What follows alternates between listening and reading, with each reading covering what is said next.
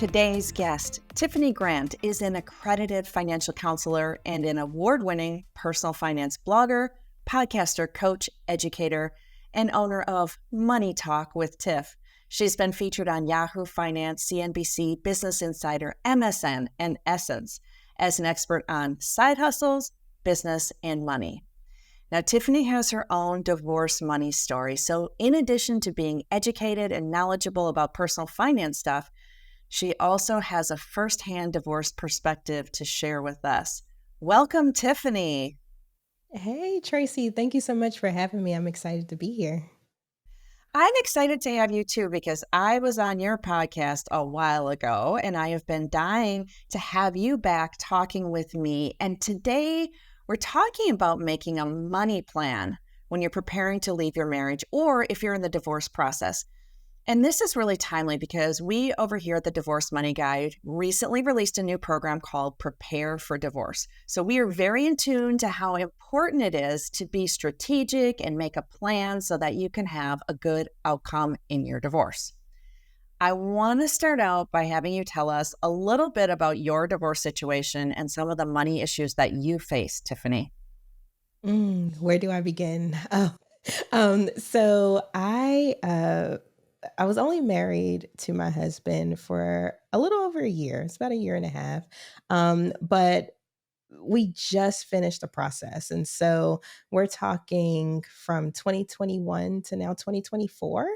And so that whole process, it was so quick to get in, but it was so difficult to get out.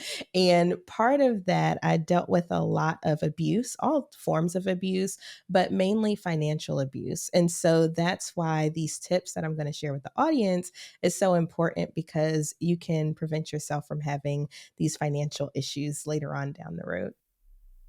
We talk a lot about financial abuse on the podcast, on the blog, on my social media. And financial abuse is always usually very closely correlated with other forms of abuse. So like if someone is a victim of domestic violence, they're like 95% chance they're also experiencing financial abuse. Absolutely. And, in my situation, it was everything like anything you could imagine. I was going through it. But what really gave me the willingness and ability to leave the situation was having my finances in order. That played a huge part. And that's why, this list I came up with really helped me navigate that whole process, that whole situation where I was being abused in so many different ways. And you might be thinking, well, Tiffany, you're an accredited financial counselor. How is this even possible? And I share that because anybody, it can happen to anybody. Like, it doesn't matter how much you know or what you do for a living, it can happen to anyone. So I think that's why this conversation is so important. Well, I also think it's important to mention that you had a complicated money situation with your ex. So when you talk about, you have to be prepared and that helps you get out, it's not like you just snapped your fingers and you were out of the money entanglements, right? Oh my gosh, we were so entangled when it came to our finances. We had joint everything; all of our bank accounts were joint, and then also we started a business together and was running a business together. So that was another complicated piece. Another thing that came up was the house. So I bought my house when I was 26. So I had been here for a while, but one of the things actually while we were married that he said is like after I refinanced he was like, well, if anything happens to you, or I'll get half the house, or at least half the house is mine, that type of thing. And so you might be Uh-huh. thinking, woo, red flag. But it's like, those little things can happen. And there were so many different, parts that was combined and so many things that we had to figure out during the equitable distribution process that it was very complicated. Well, what you did in terms of combining money is very common. People go all in on their marriage. They feel that what's mine is yours, what's yours is mine. Let's combine it. It feels like the team approach, right? We're becoming one when we get married. And so I always tell women that I'm working with, don't feel ashamed that you combined the money or that you didn't see signs. Like those little comments, when you're married and you're feeling happy, you could take that kind of comment about the house either way. Like, yeah, we're both in this together. Or you could look at it more negatively and think, like, wait, is he angling to try to take part of my house from me? Right. It's a really difficult situation. For sure. And honestly, Tracy, we only know what we know. And the example that I saw growing up was my grandparents, and they had combined finances. My grandpa worked, my grandma didn't really work too much. She used to, and then she went out on disability. And so she stayed home, and whatever he came in, she would be the one paying the bills. And then he'll be like, okay, how much can I use? So that type of situation. And so that's what I thought marriage was. And so I tried to emulate that same thing in my situation, but it really depends on the partnership. So, when I'm working Right. with clients, some like things completely separate, some like things completely together. It just really depends on the relationship dynamic. And so I was just going off of that because that was the only thing that I had at the time. And I realized that this is not a one size fit all very quickly. And Very so much. yeah, so for me, I think, if I were to do it again, I would absolutely have a joint and then separate accounts, that we can use for whatever. But that's just my personal preference and probably a result of the financial trauma that I dealt with. So Right. Okay, so you've got four critical tips for making that money plan as you're leaving your marriage. Are you ready to get to them? absolutely. Let's dive right in. So, the first one, which was super important in my story, was starting to separate the finances. Because everything was so joint, you know, it would have been really difficult for me to leave that situation had I kept them, together. And so my first step was to start separating everything. Also, I realized after I started separating everything that I had money.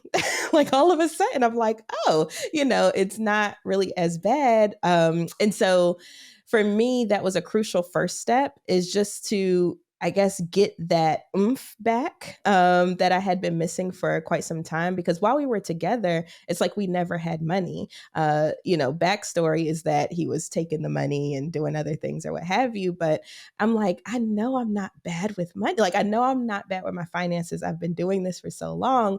What is going on? And so getting that, what's the word I'm looking for? Getting that clarity did a double duty for me. It helped me realize that A, I do have money, and that B, I'm not tripping. I'm not crazy. Like I actually know what I'm doing. And it gave me a little confidence boost, the confidence boost that I needed to actually take the next step and leave the situation. So that's my first tip is to start separating those funds if you can. Well, let's just let everyone know that I had asked you to come up with these four tips on your own. I did not give you any suggestions. However, in the Divorce Money Guide, one of the very first things that we recommend women to do is get a bank account that's only in your name and start getting money into it, and get a credit card in your name only. Even if you're not going to use it, just set it aside, get that credit card based on household income so that it's always there in case of emergency. So you and I are speaking the same language. For sure, for sure. And this was not prep, like you said, but that was crucial for me in going through this journey. So we're on the same page there. So the second thing that I did was I spoke to an attorney. Okay, and I just knew that I needed to get out of the situation. When I met with the attorney, he was like, Tiffany, like you need an emergency protection order. Like that's like I go in thinking that I'm just coming for, divorce and, what have you. But after talking to him, he's like, no, you need to go to the courtroom like today and see if you can get a protection order. And so I say to speak with an attorney because also when you're in situations, you don't realize how dire they may be until someone else from the outside looking in, like counsel, gives you that perspective. And that's what happened in my case. Also, he was able to give me information on what I should and shouldn't do when it came to the finances. And then just also really just guided me throughout the whole process. So having a good attorney was crucial for this. And like I said, it was very long, years. So having someone that can navigate that with you was super helpful as well. Well, I tell clients, even if you don't even know if you're filing for divorce yet, you're not ready to file, or you're just thinking about the potential of divorce, talking to an attorney can be really important because you can understand the rights in the state that you live in. You can talk to them about your specific situation. They might say, hey, you've got something a little different going on here. Here's how this might play out into court. Super important. And I know for you, especially because the state that you live in has some pretty specific rules about being able to even file for divorce, right? Yes. So here in North Carolina, you actually have to be separated for an entire year before you can even file for divorce. So during that separation process, you're not officially divorced. So your stuff is still technically combined. You still have all this stuff going on as if you're married, even though you're not. And so that really added a level of complication. And funny story, when I found that out and realized that, I was like, where can I move real quick just so I can Right. get this process done a little faster? Because North Carolina is very lengthy, very lengthy. And imagine if you hadn't talked to an attorney and you hadn't known that, you kind of dragged your feet on separating physically, it would have just set you back that much further. Another state, Texas, is one where it's very, very hard to collect alimony. So if you're a stay-at-home mom and you are, reliant financially on your husband, this is something you would need to know very early in the process so you can start making your future plans. For sure, for sure. And talking to that attorney is key. Even if, like you said, Tracy, you're not ready yet, at least know your options, I think is really helpful. Well, and staying on the attorney topic for just a moment, what I see is it's so important to stay actively involved with your attorney and staying on top of where you are in the process and knowing what's happening now, how long is this going to take, what will our next step be? Yes, because attorneys get busy. And so I spent quite a few days, sending emails, calling as follow up, just seeing, what's going on, where are we at? Did their counsel respond yet? Like, what's going on in the process?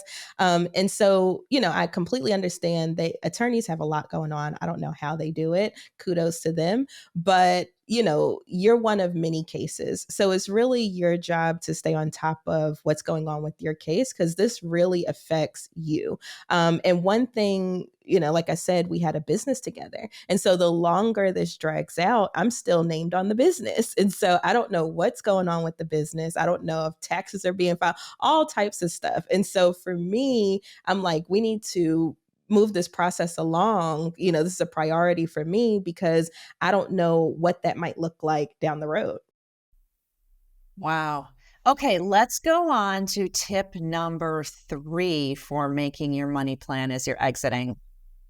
Yes. So, okay, after you've done all the separating you can, you have your own bank account and everything, and you also talk to an attorney to avoid any missteps. Now we talk about budgeting, saving, and preparing your finances for the leave. So, I honestly had started preparing like a month or so before I actually pulled the trigger. Like as far as separating the finances, making sure, seeing what my cash flow is, seeing if I could still afford my house, all these different things that we were kind of doing together, making sure that I can afford it individually. And so part of that process was having a budget and making sure that I had enough cash flow to cover my expenses, and also have some savings to cover if anything, went haywire during this process. And so that is my third tip for people is once you do start separating everything out, make sure you keep an eye on that money and you're tracking it, pretty consistently. So that way, if anything's not right, but also, exactly how much you need to survive, because that is really something that also was crucial for me throughout the relationship. He was feeding into my head, oh, like, we never have any money. You're a accredited financial counselor. This is what you do for a living. But you have all this debt now, just using a lot of those mind games on me. And For so sure. I needed to get back to basics, is what I call it, and really start budgeting, seeing where I truly am, not what someone's telling me where I am, but seeing where I truly am and then making adjustments if I need to. Okay, but someone out there is listening to this saying, "Oh, of course, you're telling me to budget and save. Of course you're saying that. How on earth am I going to do that when I've never budgeted before or I don't have any extra money to save?" That feels like it's easier said than done. Yeah. So, first and foremost, don't overthink it. I think a lot of people overthink budgeting, but really it's just a matter of jotting down your income and jotting down your expenses. And really, it could be as simple as that. You're really just trying to see what it is in black and white. What is your cash flow? And so, a lot of times when people come to me, they're like, "Oh, I don't know how to budget." I'm like, "Well, do you know how much you make? Do you know what your expenses are? Then you know how to budget," because that's all it is, honestly. And really, at the end of the day, it's going to be hard to get any of this other stuff done, as far as any financial goals or, divorce goals, whatever you have going on, if you don't know how your money's flowing. Your money can do whatever it is it wants to do, until you tell it to do something. And so it makes it much easier to tell it to do something once you have it in black and white. Well, and I always say baby steps for all of it, right? Mhm. Progress, not perfection. Just start making steps in the right direction, and you can always get better. For sure. And you'll be surprised, honestly, once you start going back to my story. Once I wrote it down and I saw where I was, and then I realized that I do have money in the bank, I said, "Oh, like I'm really not struggling like I thought I was." Like the money's there. It's just how is it being utilized? And that's usually what I run into with clients as well. They come to me and they're like, "Oh, I'm paycheck to paycheck, barely making ends meet." But once we put it in black and white, they're like, "Oh, it's not that bad actually." Right? So Or I didn't know I was spending money on this. I didn't know how much that mhm, was costing. And mhm, I find with my clients that there's something really empowering about just having the knowledge of what's been going on. It is like just mhm. starting the process sometimes feels hard and overwhelming, but once you get into it and you have jotted down the income and expenses, you're like, "Okay, now this is starting to make more sense." Super empowering. Yes, and going back to my situation, I never really stopped budgeting, but he was making it very difficult to budget because he would always be pulling cash out the ATM and I'm like, "Okay, what did you use this for?" Or just give me a roundabout of what you use, like whatever. He never wanted to volunteer up that information, and so it made it really difficult to budget when I didn't have all the pieces there. So it also allowed me to have clarity that that type of stuff was going on too. Just keeping a close eye on the finances. Okay, tip number 4. Yes. Yes. So tip number 4, and I learned this from the attorney, which is why attorney is number 2. But document everything. Keep up with all the statements, all the paperwork. Anytime you all communicate about something financial or otherwise, just document all of that, because it can really play a part later on in the process. I know in my situation, since I had a protection order, we couldn't communicate anymore, but he would still violate the order occasionally and still send me text messages and things like that, and I was able to bring that stuff to the attorney, to work out some of this financial stuff as well. So you never know what could be used for what. So just make sure that you document everything, and also it makes it hard for people to twist what you say too, because I've had that happen as well. So if you document everything and they're like, "Oh, but you said," and I'm like, "Oh, well, no, it's right here. This is what happened that day. This is what time. This is what was discussed." It makes the process a little more seamless. So I always tell people document everything because you never know, and make sure that you keep up with all of your paperwork as well. Not having to search for those documents and being able to get your hands on them when you need them is super important. And I am just overall a big fan of being strategic. Divorce is the time to be strategic. It is a business transaction when you're getting divorced, whether you like it or not. You're going to have to negotiate. You might have to play some hardball, even if you think that you're amicable with your ex and we're going to dissolve this marriage, kindly and without drama. You still have to look out for yourself. So I love your 4 tips. Now I want to talk to you about a couple things that you're doing. So we're going to link everything in the show notes. So first of all, I noticed you had on your site a financial literacy quiz for people to take. Can you tell us about that? Yes, yes. So I feel like that is where you should start. If you're trying to figure out, oh, I want to learn more about money, well, how much do you already know? So that's why I have the quiz out there for people. So that way you can self assess and see where you are and see what you need to brush up on. So it asks questions about like credit scores and debt and savings and APRs and all types of things just to see where the gaps in the knowledge are. And then it's designed for you to go back to the blog and to the podcast to brush up on whatever areas you need to brush up on. I love that. And then, because we've talked a bunch about budgeting today, you have your Budget Nirvana course for people.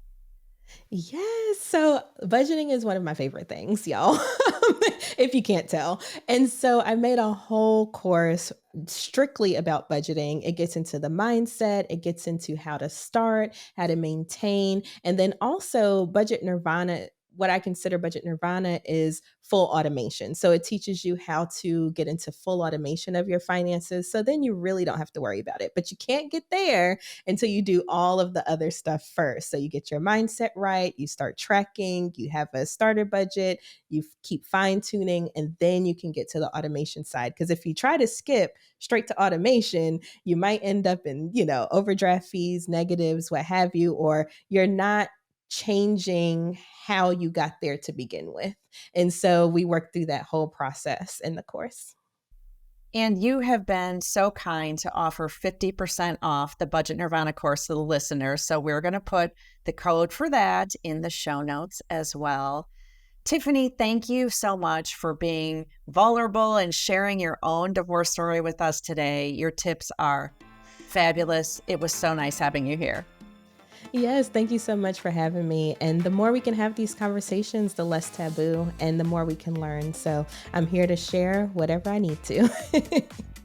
Thanks again.